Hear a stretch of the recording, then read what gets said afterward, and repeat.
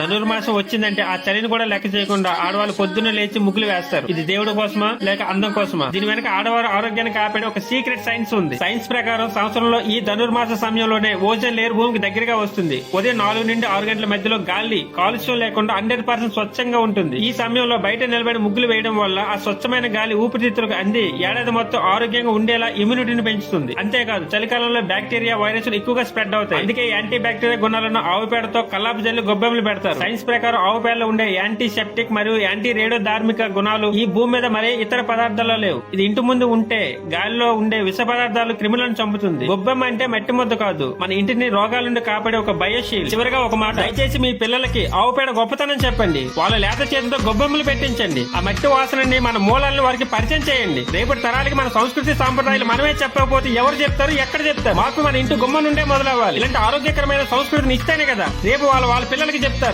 ఇది కూడా మన వారసత్వ సంపదే కదా. దయచేసి చేతులెత్తి నమస్కరిస్తున్నా. మన వారసత్వాన్ని తర్వాత తరాలు కూడా అందించండి. వాళ్ళే మన ధర్మాన్ని కాపాడతారు. జై హింద్, జై శ్రీరామ్.